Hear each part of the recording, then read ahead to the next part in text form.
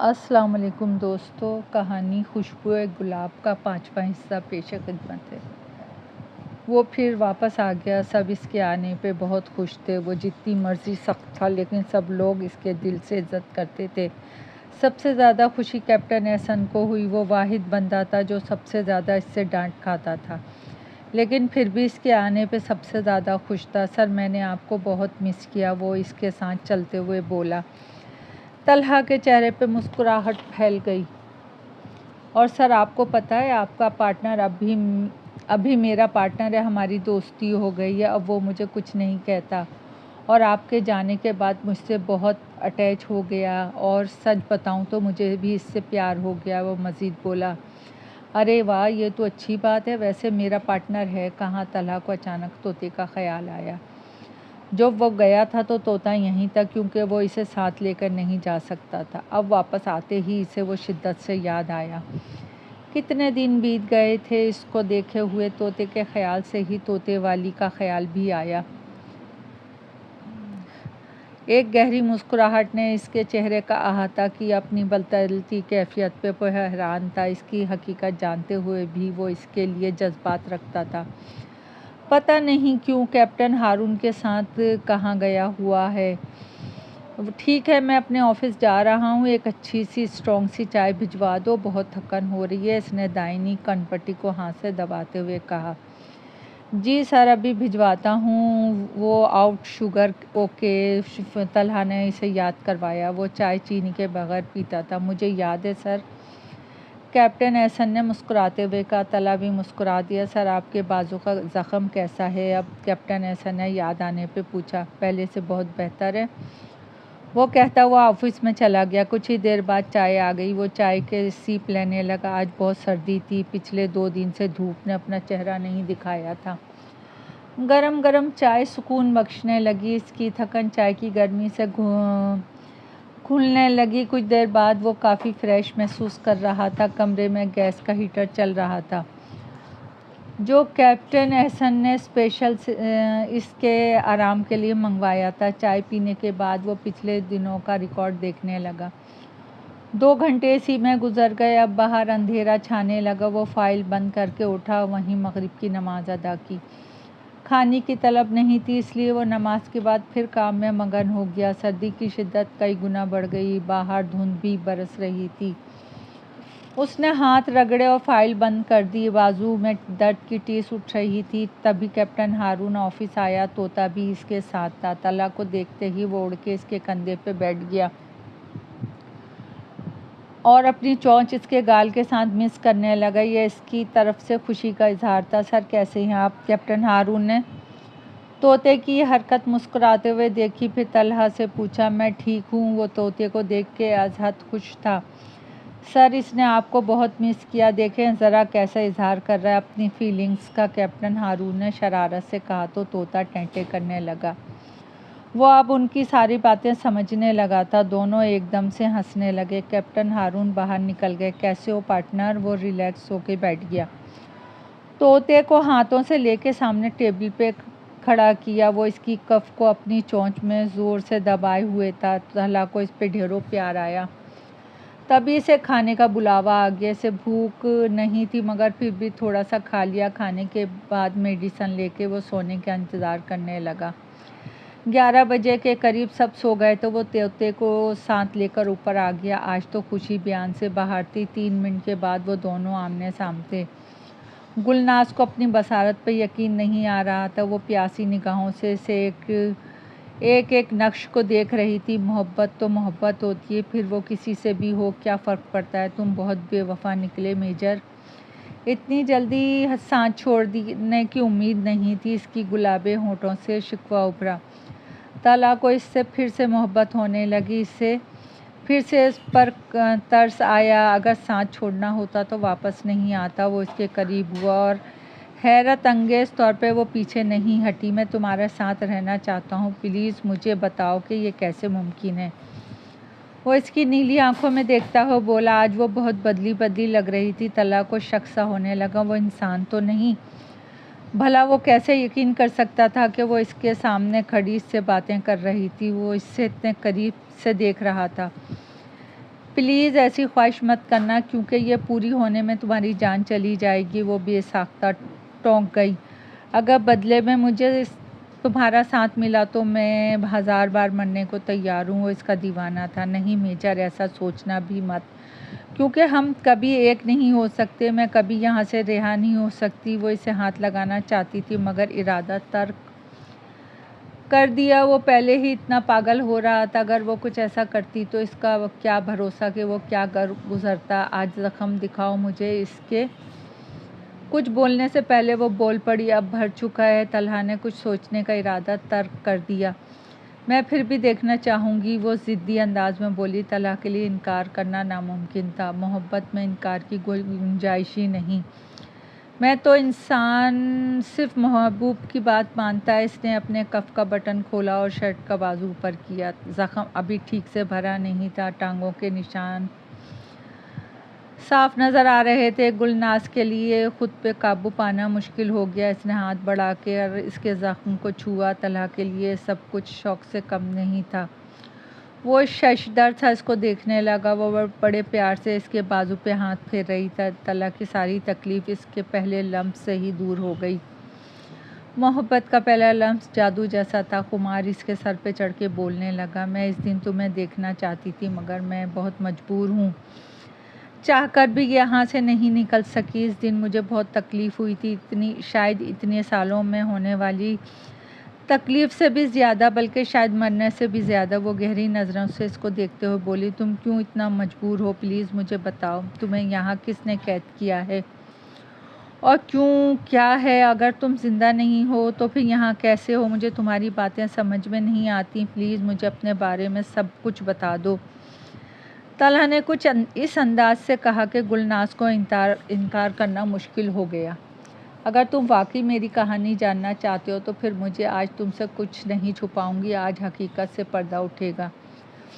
وہ رخ موڑتے ہوئے بولی اور اپنی مخصوص کرسی پہ جا بیٹھی۔ طلحہ اس سے کچھ فاصلے پہ بیٹھ گیا۔ میرا تعلق ہندوستان کے شہر امرتسر سے تھا۔ جب دونوں ملکوں کی تقسیم ہوئی تو ہمارے سارے مسلمان گھرانے پاکستان آ گئے، لیکن میرے والد کا وہاں بہت اچھا کاروبار تھا تو وہ کسی صورت بھی اسے چھوڑنے کے لیے تیار نہیں تھی۔ سب پاکستان آ گئے، ہم نے اپنی دنیا وہاں بسا رکھی۔ ان دنوں 18 سال کی تھی۔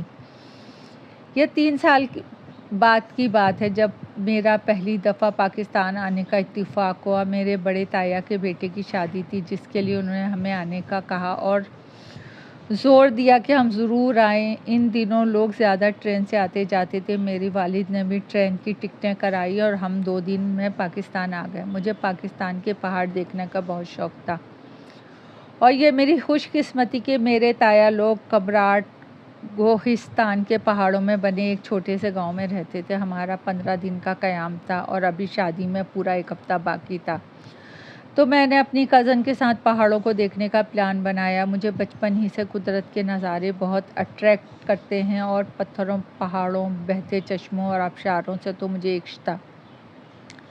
میں پہاڑ کی چوٹی پہ جا کر بادلوں کو قریب سے سننا چاہتی تھی، آسمان کو صاف اور شفاف دیکھنا چاہتی تھی۔ یہ اس دن کی بات ہے جب میرے ساتھ وہ خطرناک حادثہ ہوا جس نے میری پوری زندگی تباہ کر دی، میرا سب کچھ ختم کر دیا، مجھ سے میرا وجود تک چھین لیا۔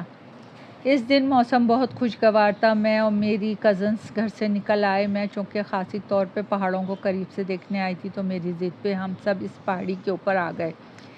یہ ایک بہت خطرناک سفر تھا لیکن مجھے پرواہ نہیں تھی۔ اوپر آ کے ہم سب بہت خوش تھے۔ روئی کے گالوں جیسے بادلوں کے ٹکڑے ہم سے بہت نزدیک دکھائی دے رہے تھے۔ ہم لوگ وہاں بہت شرارتیں اور مزے کر رہے تھے۔ تبھی اچانک دیکھتے ہی دیکھتے گہرے سیاہ بادلوں نے آسمان کو ڈھانپ لیا۔ دن میں ہی اندھیرا چھا گیا، ایسا لگ رہا تھا جیسے رات کا سما ہو گیا ہو۔ ہم سب ایک دوسرے سے بچھڑ گئے۔ میں زور زور سے سب کو آوازیں دے رہی تھی لیکن کسی کو نہ تو میری آواز سنائی دے رہی تھی نہ میں کسی کو سن پا رہی تھی۔ گل، تبھی اچانک مجھے کسی نے پکارا۔ یہ آواز میں نے پہلی بار سنی تھی۔ میں بہت ڈر گئی کہ یہاں اتنی اونچی جگہ پہ ہمارے علاوہ اور کون تھا۔ جب وہ میرے قریب آیا تو میں نے دیکھا وہ ایک بہت خوبصورت تھا، بلکہ شہزادوں کی طرح۔ اس نے مجھے اپنے ساتھ چلنے کو کہا، لیکن میں اتنی ڈری ہوئی تھی کہ وہاں سے بھاگنا چاہتی تھی، لیکن پتہ نہیں ایسا کیا ہوا کہ میرے قدم زمین کے ساتھ جکڑے ہوئے تھے اور میں ہل بھی نہیں پا رہی تھی۔ میں نے زور زور سے رونا شروع کر دیا تو وہ میرے منہ پہ پٹی باندھ کے مجھے اس عمارت میں لے آیا۔ یہاں آ کے اس نے مجھ پہ انکشاف کیا کہ وہ پچھلے کافی دنوں سے مجھے دیکھتا آ رہا ہے، وہ مجھ سے شادی کرنا چاہتا ہے، لیکن مجھے نہ جانے کیوں نفرت سی محسوس ہوئی اس کو دیکھ کر۔ اس نے مجھے بہت فورس کیا تو میں نے خود کو حالات کے حوالے کر دیا اور شادی کے لیے تیار ہو گئی، لیکن شادی سے کچھ دن پہلے ہی مجھ پہ ایک جان لیوا انکشاف ہوا کہ وہ انسان نہیں تھا، وہ جیسا نظر آتا وہ ویسا نہیں تھا، وہ ایک ویمپائر تھا جو انسانوں کا خون پیتا تھا، اور مجھ سے شادی کا بھی اصل مقصد یہی تھا۔ یہ سب میرا بہت بڑا شوق تھا، مجھے سمجھ میں نہیں آ رہا تھا کہ میں کیا کرتی۔ جب میں نے پھر شادی کے لیے انکار کر دیا تو وہ غصہ ہوا اور اسی وقت اس نے مجھے 2 آپشن دیے، یا تو میں اس سے شادی کر لوں یا پھر اپنی جان دے دوں، اور ایک ویمپائر سے شادی کرنے سے بہتر تھا میں اپنی جان دے دیتی، اور میں نے وہی کیا۔ لیکن مجھے کیا پتا تھا کہ مرنے کے بعد بھی میری جان نہیں چھوٹے گی۔ مرنے کے بعد اس نے میری روح کو اپنے قبضے میں کر لیا اور مجھے ہمیشہ ہمیشہ کے لیے یہاں قید کر دیا۔ اور اسی دن مجھے ایک اور بات پتہ چلی کہ وہ ایک انسان سے شادی اس لیے کرنا چاہتا تھا کیونکہ اس کے پاس زندہ رہنے کے لیے صرف 2 ہی صورتیں تھیں، ایک تو وہ کسی انسان سے شادی کر لیتا یا پھر کسی کو مار کے قید کر لیتا۔ اور جب میں نے شادی سے انکار کیا تو اس نے دوسرا طریقہ اپنا لیا اور ہمیشہ ہمیشہ کے لیے مجھے اس پہاڑی کی قید میں بنا دیا۔ میں یہاں سے باہر نہیں جا سکتی کیونکہ جس دن سورج کی روشنی کی ایک بھی کرن مجھ پہ پڑی وہ دن اس کی زندگی کا آخری دن ہوگا۔ وہ سب اپنے کیے پہ بہت شرمندہ ہے، لیکن وہ مجھے یہاں سے رہا نہیں کر سکتا، کیونکہ اگر ایسا ہوا تو وہ جل کر خاک ہو جائے گا، کیونکہ اس دن جس چھڑی سے اس نے اپنا گلا کاٹ کو خود کو ختم کیا تھا وہ جادوئی چھڑی تھی، اور وہ چھری اس کی تھی، اور جادوئی چھری کو انسانی خون لگ جائے تو اس کی چھری ہو، اس کی جان اس انسان میں آ جاتی ہے اور پھر اس انسان کو سورج کی روشنی سے چھپایا جاتا ہے۔ اس نے بھی یہی کیا۔ اگر میں یہاں سے باہر گئی تو وہ جل کر خاک ہو جائے گا اور ایسا وہ کبھی ہونے نہیں دے گا، اسی لیے وہ مجھے نہیں چھوڑ سکتا اور نہ ہی میں یہاں سے کبھی باہر جا سکتی ہوں۔ سالوں سے میں اسی کمرے میں بند رہتی ہوں، میرے پاس سب کچھ کرنے کا اختیار ہے لیکن آزاد ہونے کا نہیں۔ وہ چپ ہو گئی۔ طلحہ حیران پریشان سا سب کچھ سن کر سمجھنے کی کوشش کر رہا تھا۔ ایسی باتوں پہ بھلا کون یقین کر سکتا ہے، مگر اس کے پاس یقین کرنے کے علاوہ دوسرا راستہ نہیں تھا۔ وہ جھوٹ نہیں بول رہی تھی۔ اگر تم یہاں سے باہر نہیں جا سکتی تو پچھلے دنوں میں نے اکثر کسی لڑکی کے سایہ دیکھا ہے، وہ کون تھی؟ طلحہ نے کچھ دیر بعد پوچھا۔ وہ سب تمہاری آنکھوں کا دھوکہ ہے، میں تمہیں یہاں تک لانا چاہتی تھی، اسی لیے وہ سب کیا۔ وہ دونوں ہاتھوں کی انگلیوں کو ایک دوسرے میں پیوست کرتے ہوئے بولی، یہ اس کی بے چینی کا عالم تھا۔ تمہاری یہ کہانی میری سمجھ میں نہیں آئی اور نہ ہی مجھے یقین آ رہا ہے۔ حیرت ہے آج کے دور میں بھلا کون ایسی باتوں پہ یقین کرتا ہے؟ ایسی جادو کی باتیں تو میں نے کبھی بس کہانیوں میں پڑھی ہیں، حقیقی زندگی میں یہ سب نہیں ہوتا۔ طلحہ نے بے یقینی سے کہا تو وہ اداسی سے مسکرا دی۔ میں سمجھ سکتی ہوں تمہارے لیے ان باتوں پہ یقین کرنا مشکل ہے، مگر یہی سچ ہے۔ تم نے اکثر پرستان کی پریوں کی کہانی سنی ہوگی جن کو ظالم دیو قید کر لیتے ہیں۔ میں بھی ایک ویسی ہی پری ہوں، مجھے بھی اس نے قید کر رکھا ہے۔ فرق بس اتنا ہے کہ میں پرستان کی نہیں کوہستان کی پری ہوں۔ وہ بہت اداس لگ رہی تھی۔ طلحہ کو دیکھ کے بہت برا لگا۔ کوئی ایسا طریقہ نہیں ہے کہ میں تمہیں یہاں سے باہر نکال سکوں؟ طلحہ نے پوچھا تو مسکرا دی اور پھر بولی، نہیں میجر، ایسا کوئی طریقہ نہیں۔ یہ پہاڑ اور یہاں کے دیو بہت ظالم ہے، وہ کبھی مجھے رہا نہیں کریں گے، لیکن میں تمہیں اس حال میں نہیں دیکھ سکتا۔ مجھے بہت تکلیف ہوتی ہے تمہیں یہاں دیکھ کر۔ سالوں سے تم نے کھلی فضا میں سانس نہیں لی، باہر کی روشنی نہیں دیکھی، یہ سب سوچ کر مجھے بہت برا لگتا ہے۔ میں تمہارے لیے کچھ کرنا چاہتا ہوں، وہ اس کی نیلی آنکھوں میں دیکھتے ہوئے کہہ رہا تھا۔ تم اگر میرے لیے کچھ کرنا چاہتے ہو تو بس اتنا کرو کہ مجھ سے ملنے آ جایا کرو، کبھی مجھ سے دور نہ جانا۔ اس کے بدلے مجھے ہمیشہ کی قید بھی منظور ہے، بس شرط یہ ہے کہ تمہارا ساتھ ہو۔ وہ پیار سے اسے دیکھتی ہوئی بولی، نہیں جاؤں گا۔